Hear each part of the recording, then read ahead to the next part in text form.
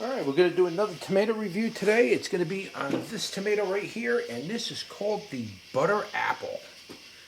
Now, again, I don't have all the details directly in front of me, so we're not going to go over all that information of where it is. I will just simply leave that information in the description below and on my website. And you can pick up seeds there if I get enough tomatoes this year. I think I'm going to get like maybe a couple of dozen, so I should be able to offer some seeds. This is the first one off the vine, and I got to, as soon as they start turning color, I got to get them off the vine because I got these little, these finch type birds jumping around in the garden and blasting holes in my tomatoes. And so as soon as they turn color, I got to get rid of them. So, and now they're starting to blast holes in the green tomatoes, which is really bad. So now it means I got to sit out in my greenhouse with a pellet gun. As soon as I see them, I have no choice but to take care of them. So anyway, this is the butter apple tomato, and again, I don't know much about it. This is the first time I'm growing it.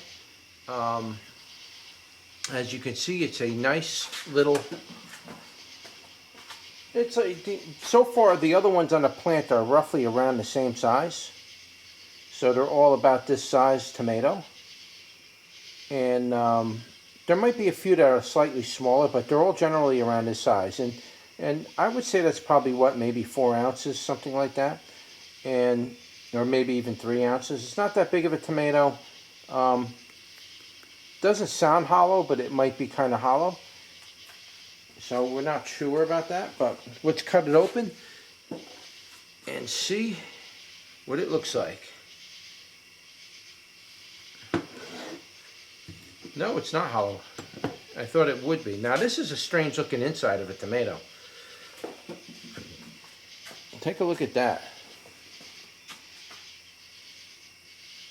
That's strange looking.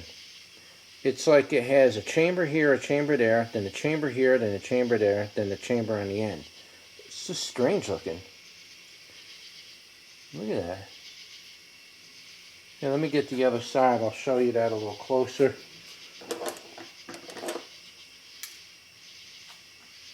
You can probably see it a little better on this one. Look at that. Isn't that weird looking? That is absolutely bizarre for a chambered tomato. Look at that. 1, 2, 3, 4, and then there's one over there. I'm not sure if the other ones are going to do the same thing. I'll definitely make note of that, but that's a very interesting inside of a tomato. You can see that it's nice and creamy yellow on the inside. There is a little bit of wilding in it.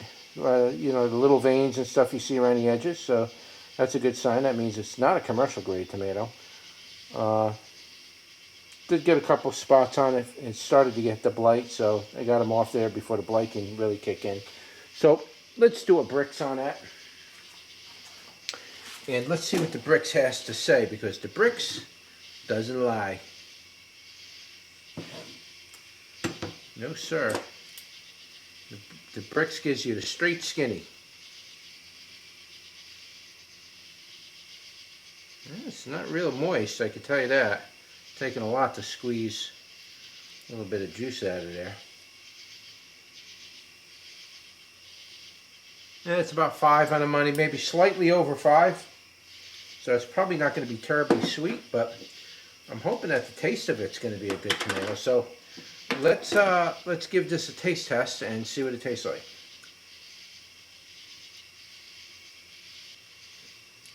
It's got a nice taste, to be honest.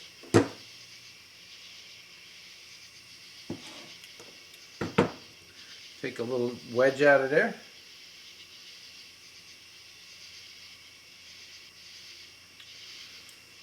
Okay, so it's not terribly sweet.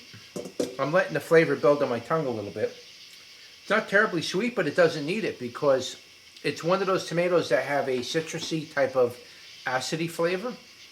And you don't really need the sweetness for this. It works very well with the flavor of the tomato. And if you eat it with the seeds, you're really going to get that true value of that tomato flavor. So it's really going to pronounce itself. So let's move this to the side. Give our little cloth a little wipe down here. And let's break out the sheet. Alright. Okay, so as you can see here, I try to give you a visualization as to what I'm talking about when I'm talking about sweetness, tangy. I'm going to redo this chart a little differently, a little bit better, so I can just go through each one that's already numbered. Because when I first made this chart, I started switching the numbers around from high to low and low to high. So now I know how I want it, the chart to work, to look, and make sense.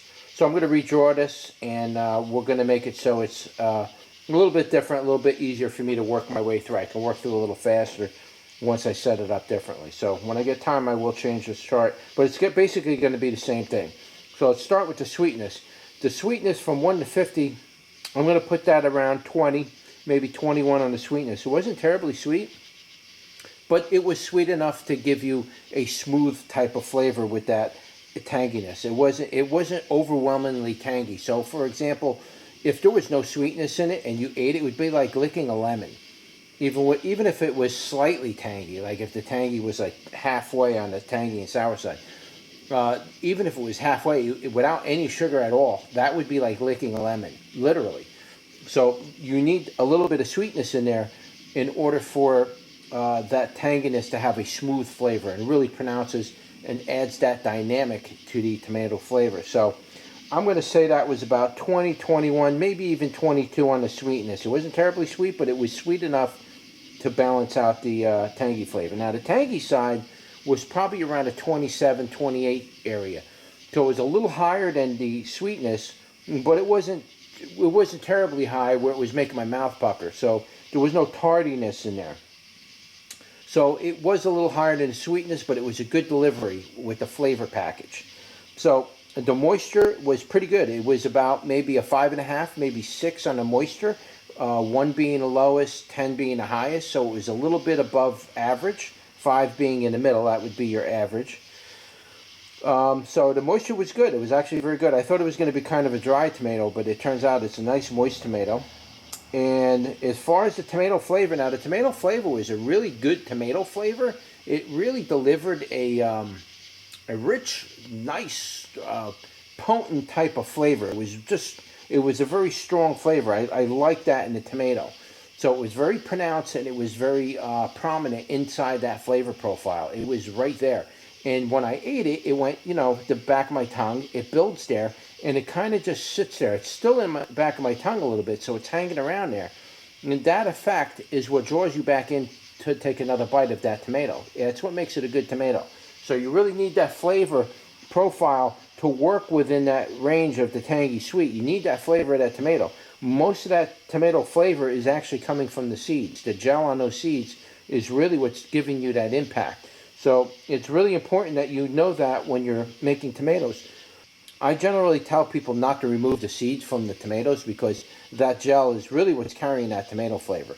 Though, once you're cooking your tomatoes and you got a sauce going on, a lot of times you could remove that and it'll make your tomato sauce a little bit less bitter and acidy and sour, and a little bit sweeter if you have a problem eating tomatoes. Some people can't really eat tomatoes. They get acid reflux disease right away from it.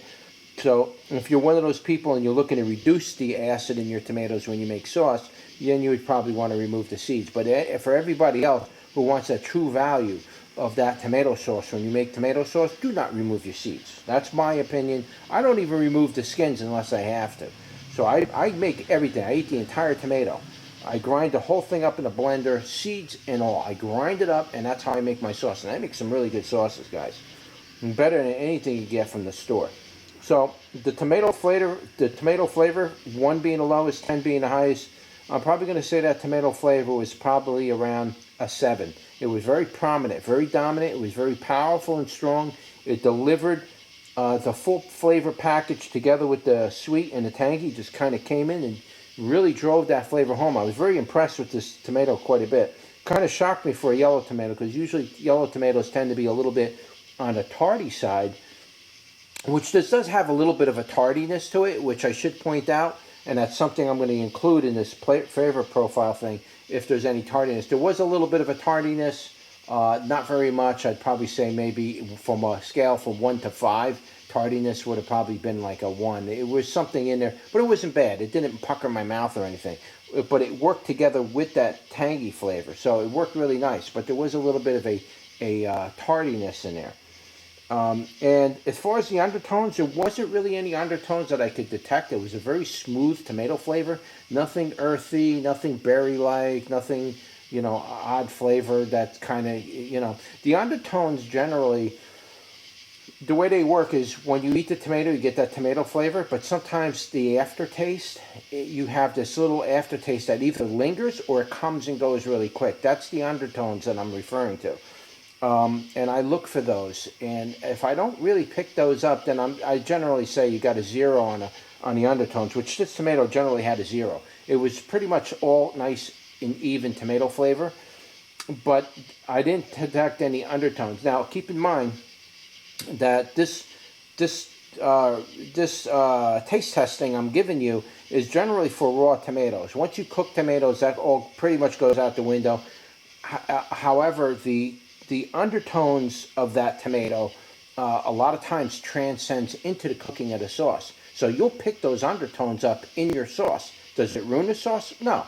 But if it's an undesirable undertone that maybe you ain't going to want to taste in your sauce, then you may not want to use a tomato that has those type of undertones that you don't desire. Because most often, and most oftentimes, it will transcend into that sauce. So you're going to get that undertone and a lot of times that undertone, the flavor of that picks up once you cook it. So it's going to become a little bit more dominant than the tomato flavor itself.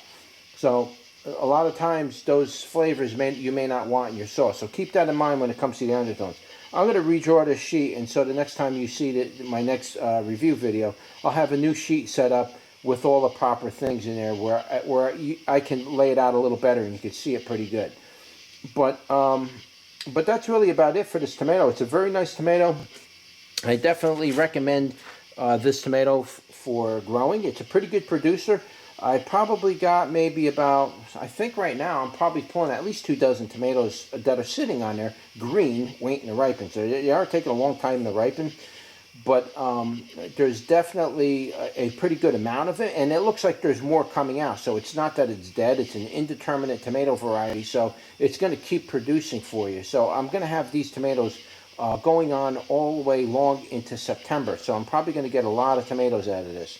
But in the beginning of the year, it's not really an early producer. But at the same time, I didn't start my tomatoes until later this season. I didn't actually start planting my tomatoes until the end of April or 1st of May. But it was a very, very late start for me because the weather was really garbage and the whole pandemic thing threw me off. And it was just a big problem this year for me. So I got out there late and I'm paying a price for it. However, if you started early, I'd probably say this is a mid-season tomato, but I don't know for sure.